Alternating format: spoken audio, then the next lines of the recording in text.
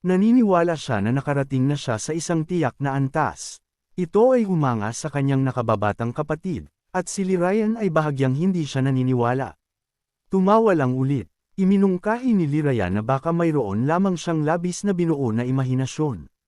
Ito ay lumiliko, ipinapahiwatig niya na ang kapatid na lalaki ay magkakaroon ng sapat na lakas upang talunin kahit isang heavenly demon.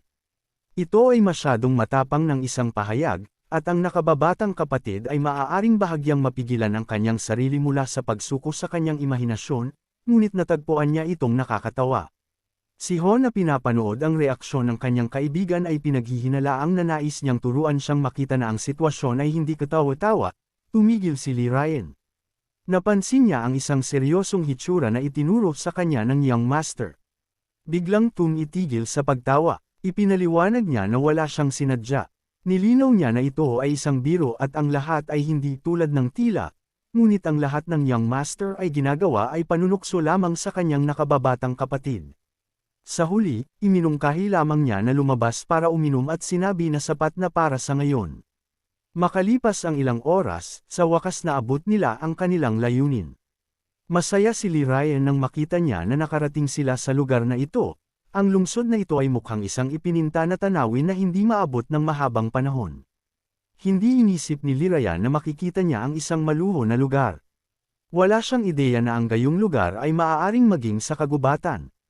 Namangha si Yuho. Ito ay lumampas sa lahat ng kanyang mga inaasahan, at nagtaas ng isang malabong hinala. Pumasok sila sa teritoryo at lumapit sa pinakamataas na gusali. Ang isa sa mga pulang ilaw ay hindi naiilawan. Ang batang babae na nanunood nito ay nagpasya na magdagdag ng langis sa wick, ngunit walang nakakaalam na sinusunod niya ang mga napapatay na mga parol. Kung wala siyang magawa, mas mahusay niyang suriin upang makita kung may sapat na pagbus sa kanilang mga silid ng panauhin sa pasukan.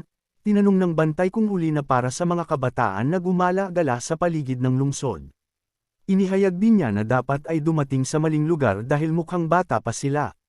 Tumingin si Ho sa bantay na nais patunayan na tiyak na sila sa address. Gayunpaman, ang kanyang nakababatang kapatid ay nag-atubiling kung papasok, kahit na walang ibang pagtatatag na may pangalang iyon sa malapit. Ang problema ay ipinahiwatig ng security guard na hindi sila makakapasok ng walang bayad. Bulong ni Lirayan sa kanyang kapatid na kung walang pinapayagan dito, ang mga courtesans dito ay dapat na hindi kapani-pani walang maganda. Tinanong ng lalaki kung ano ang pamantayan sa pagiging panauhin ng pagtatatag. Nagsimulang mag-enumerate ang bantay. Maaaring sila ay mga pinuno ng panlalawigan o mga ngalakal, ngunit dapat itong kumpirmahin. Nang maglaon, inalis ng bantay ang kanyang mga balikat, na malinaw na hindi siya nagmamalasakit. Sa kasong ito, napansin niya na ang isa sa kanila ay nagdadala ng isang taybak. Nangangahulugan ito na siya ay isang mandirigma na maaaring kilalanin sa pamamagitan ng pakikinig sa kanyang pangalan, ngunit ang young master ay nabubuhay ng isang mapayapang buhay hanggang ngayon. Kakaunti ang mga tao na nakakaalam sa kanya, gayunpaman tinanong ng bantay kung mayroong anumang bagay sa likuran niya na nagpakawala sa kanya mula sa ang natitira. Tumugon ang aming bayani na siya ang panganay na anak sa isang lipi ng mga ngalakal. Nilinaw ng bantay kung nagmula siya sa isa sa mga dakilang angkan. Naririnig ito, binuksan ang pintuan, at binati sila bilang tunay na mga masters. Binati sila bilang mga kinatawan ng lipi ng Qianjam, at sa harap nila ay si Ho mismo. Ang bantay, na pagtanto kung sino ang nakikipag-usap niya, ay namangha. Kinumpirma lamang ito ni Ho sa pamamagitan ng pag-uulit ng kanyang pangalan. Ang bantay ay nagsimulang tumawa ng matindi, na parang nanunuya sa kanila. Pagkatapos nito, tumawa siya ng hysterically sa kanilang mga mukha. Nakuha ko ang impresyon na sa palagay niya ay mga tanga. Sila. Binigyang diin niya na ang lipi ng Changgajan ay matatagpuan sa Hilaga, at karaniwang ang kanilang mga kinatawan ay hindi gumala sa mga liblib na lugar. Nagulat ang bantay sa hitsura ni Ho, na hindi tumutugma sa kanyang mga salita. Sinabi niya na isang nakabold na parirala na hindi lubos na naintindihan ni Ho. Sa bahay ng mga courtesans, napansin ng isa sa kanila na ang ilang tanga ay nakarating sa parol. Naiinis siya na ang isa sa mga parol sa kanilang teritoryo ay hindi naiilawan. Bigla, napansin niya mula sa itaas na ang isang tao ay gumagawa ng ingay sa teritoryo. Nakita niya ang bantay na bumagsak at lumipad tulad ng isang bato sa ilalim ng mga pag-atake. Malinaw na siya ay nasaktan ng mga pag-atake. Hindi maintindihan ni Ho kung paano maaaring mailagay ang gayong panghihina. Nang makita niya ang isang bantay na tumawag sa kanilang pamilya ay nag-crest ng isang pekeng nagagalit ito sa kanya, ngunit pinigilan siya ng kanyang kapatid na maiwasan ang isang away. Samantala, ang iba pang mga mandirigma ay nagsimulang mag-convert sa tunog ng kaguluhan, na nakikita ang bantay sa lupa, tinanong nila kung sino ang matapang na taong ito. Sinabi ng bantay na ipinakilala ng batang lalaki ang kanyang sarili bilang isang young master ng isang kilalang lipi, at nang sinubukan niyang pigilan siya, siya ay nahit. Ang pinuno ng warriors ay nagbigay ng maingat na hitsura. Kung siya talaga kung sino ang sinasabing siya, kung gayon ang pag-uusap ay ganap na magkakaiba. Ho, naramdaman ng mapagbantay na mata, napagtanto na hindi sila papayagan na uminom ngayon dahil tumawid na sila sa linya. Gayunpaman, sa kabila ng sitwasyon, naniniwala pa rin siya na makakapag-welcome sila ng mga panauhin na walang maaaring tumanggi. Napaboran, napagtanto ng commander na may mga bagong bisita sa harap niya, inutusan niya ang kanyang mga sundalo na makitungo sa kanila ng tahimik at ng walang labis na ingay.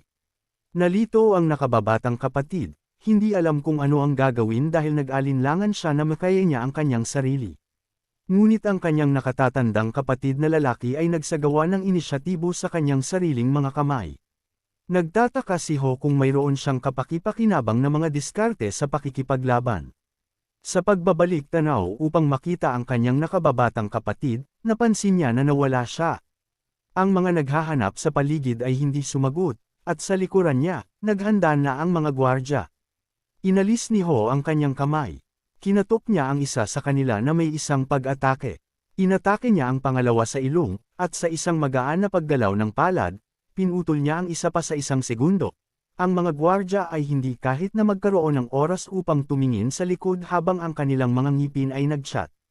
Naunawaan ni Ho na talagang mahusay siya sa isang bagay, na nagtutulak sa mga bagay sa sukdulan. Sinubukan ng isa sa mga sundalo na suntukin siya. Gayunpaman, ang kamao ng young master ay naging mas malakas mula sa isang mataas na gusali. Ang isa sa mga batang babae ay napanood ang ingay na lumitaw dahil sa hindi mapakali na mga panauhin. Naisip niya kung sino ang nang-ahas na lumitaw sa harap nila. Ang mga alingaw-ngaw ay kumalat na ang isa sa mga panauhin ay nagpakilala sa kanyang sarili bilang isang host mula sa lipi ng Chang. Gayunpaman, sinabi ng matanda na walang kumpirmasyon sa impormasyong ito. Ngunit kani-kanina lamang, nagkaroon ng mga alingaw-ngaw na ang mga mangangalakal ay bumibisita sa lipi ng Mudan. Ngunit nakita ng batang babae na ang kaguluhan ay nakakakuha ng momentum at naintindihan na maaaring maging mahalaga ito. Kinuha niya ang kanyang mga ngipin, napagtanto na kung ito ay totoo, ang sitwasyon ay labis na seryoso. Nalaman ni Jordan ang lahat ng posibleng mga kahihinatnan ng pangyayaring ito. Mabilis, siyang nagpunta upang malutas ang problema, dahil hindi ito biro. Tila hindi ka panipaniwala sa kanya na kahit na ang pinakamahusay na mga mandirigma ng Morim Union ay makikilala ang kanyang kasanayan. Halos naisip niya na imposible para sa sinuman na iisang kamay na sirain ang klase ng klan ng Isop, ngunit ang isang alingaw-ngaw ay lumitaw sa kanyang head na ang salarin ay maaaring walang iba kundi ang isang young master mula sa lipi ng Changgajan. At kahit na ang mga alingaw-ngaw na ito ay hindi natukoy sa Morim Union mismo, may posibilidad silang ibang opinyon. Nagsimula silang maniwala na ang mismong batang ito na kamakailan lamang ay bumisita sa Mudan at nagkaroon ng isang skirmish na maaaring may parehong young master sa tanong ng kanyang katulong tungkol sa pangalang ibinigay ng binata. Ang sagot ay medyo tanyag at kilalang-kilala ngayon. Ang Ho ay ang mismong pangalan na ginagawang malamig ang dugo. Ang aming bayani ay nagpainit ng maayos. Patuloy niyang tinalo ang mga scoundrels na ito ng walang awa. Tila hindi siya napunta rito para sa mga courtesans, ngunit upang labanan. Makalipas ang ilang oras, ang mga sundalo ay nagsimulang lumipad sa iba't ibang direksyon. Ang kanyang mga pag-atake ay bumagsak mula sa mga braso hanggang sa mga binti. Ang mga ngipin ng kawal ay literal na lumipad mula sa puwersa ng mga pag-atake. Ang mga batang may bahay ay lumitaw at nakita kasama ang kanyang sariling mga mata ang lahat ng nangyayari. Napanood niya habang ang kanilang malakas na tagapagtanggol ay nahulog sa lupa, walang kapangyarihan at walang hininga. Ang kakilakilabot at sorpresa ay tumagos sa kanya sa buto. Hindi siya makapaniwala na ang isang tao ay nagawang talunin ng napakaraming nakaranas na masters. Pagkatapos ng lahat, ang kasanayan ng mga mandirigma na ito ay pinarangalan ng maraming taon. Ang bawat kilusan ay mahirap at mahusay na nakalibrate. Tiniyak ng komandante ang hostess na hindi siya maaaring mag-alala. Makakahanap sila ng isang paraan upang matigil ang brat na ito, ngunit naintindihan niya na kung ang mga alingaw-ngaw ay totoo, kung gayon ang resulta ay mahuhulaan, na hinuhusgahan sa kondisyon ng mga nasugatan na sundalo, hindi niya ito gusto, ngunit maaari itong maging isang master mula sa pamilyang Changkem. Sa pagtingin sa kanya, wala siyang nakakapagod o takot, ganap na kumpiyansa. Ang kumpiyansa na ito ay nagdulot ng kanyang pagkabalisa.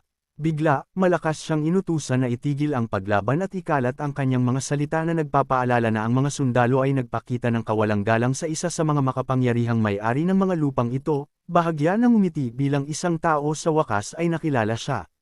Naalala ni Ho na ang mga mandirigma na ito ay tumugon sa kanya bilang isang hostess. Dapat siya ang tumatakbo sa lugar. Gayunman, siya ay hindi nagpakita ng maraming kagalakan. Nadama niya ang kanyang kumpiyansa at pag-aralan ito, naintindihan niya kahit na ang pinakamahusay na mga alagad ng lipi ay hindi tatayo ng pagkakataon laban sa kanya. Ito ay naging malinaw sa kanya na ang Young Master ay hindi nangangailangan ng karagdagang patunay ng kanyang lakas. Pagkatapos ay mabilis niyang binago ang kanyang ekspresyon sa mukha, na naglalagay ng isang mabait na ngiti, ipinakilala niya ang kanyang sarili bilang may-ari ng lugar na ito, si Shern. Binati ni Shern ang batang Panginoon ni Ho sa kanyang pagdating. Nakatitig sa kanya si Ho, napagtanto na si Shern, isang bata, mahigpit na batang babae, ay talagang may-ari ng ari-arian na ito, at bukod sa, alam niya kung sino siya, kahit na hindi pa nila nakilala ang isang tao.